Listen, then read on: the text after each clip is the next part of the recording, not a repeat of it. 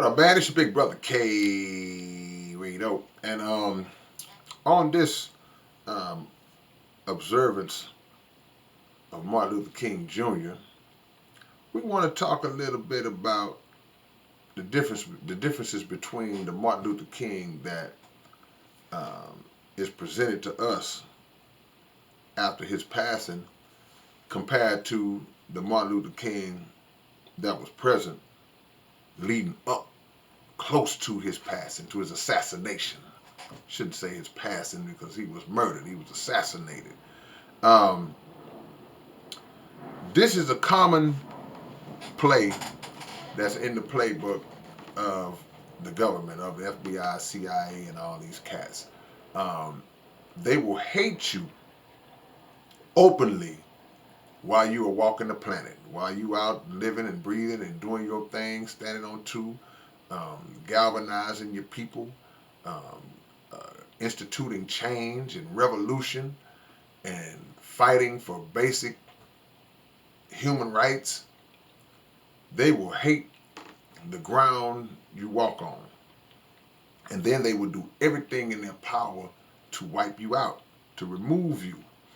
And in the process of preparing to remove you physically, they first try to slander you and destroy your name and your character and all that, you know, through media and through the other outlets that they used back in those days, all the way up to the current time.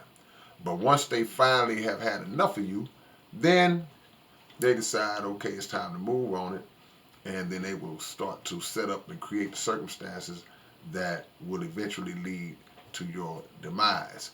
And this is what they did with Dr. Martin Luther King. Um, he started his journey in one frame of mind, but he ended it in a different frame of mind because he was about the peaceful protests. He was about the marches and the sit-ins and things of that nature, and about a nonviolent approach as it relates to fighting for those rights in a nonviolent way, um, believing that I can love the hate out of these folks. That's what the mind. If we just keep loving them, just keep demonstrating love, love will conquer and overpower the hate. Well, love cannot overpower hate when hate is the very nature of an individual.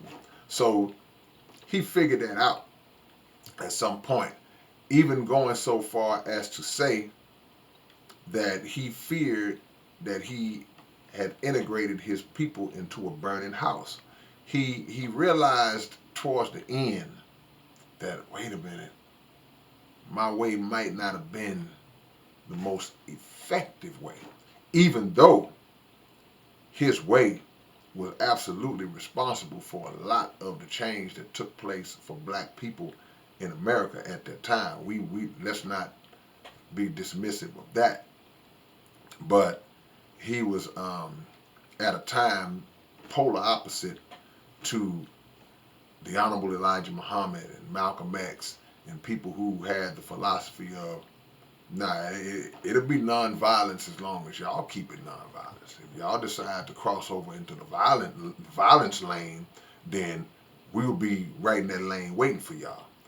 Um, the Vietnam War sparked off, and Martin Luther King decided to express his disagreement of that war and that effort.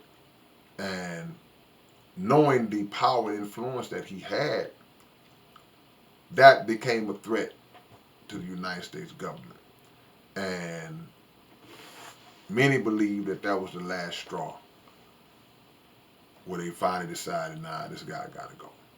And again, that playbook has not changed, because anybody with power and influence among black people, and they start to wake up and start to again unify the masses of black people, and at the same time, while unifying the masses of black people through um, self-help efforts, um, they're also exposing the efforts of the enemy, of the oppressor. And when that starts happening, all the way up until the modern day, a campaign is launched to make this person be crazy, be dumb, misinformative, all of the different things that they use in order to try to devalue the message.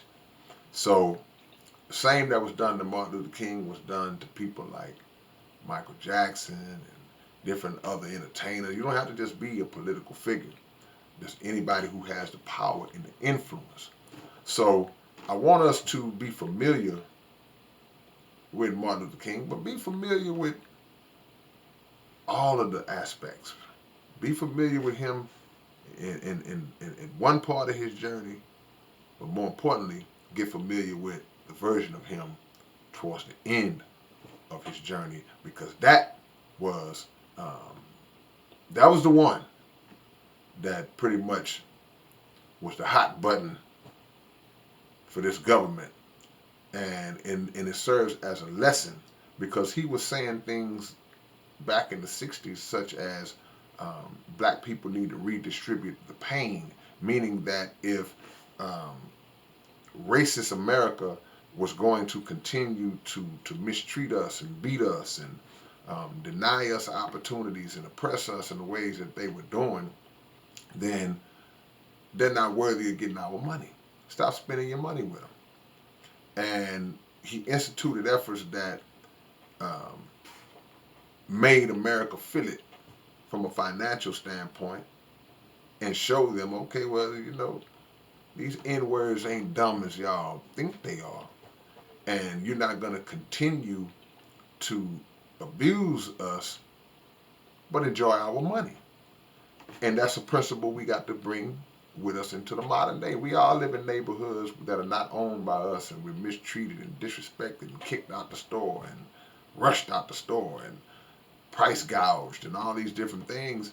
And we keep going back every day and say, yeah, let me get a whatever.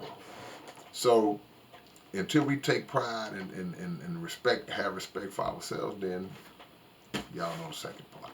All right, man, it's your big brother K-Rino. Don't let them just turn Martin Luther King to somebody who just said, I have a dream, I have a dream, I have a dream, and let that be the only thing that you and your children know about this brother. All right, I'll catch y'all later on, man. Peace and love.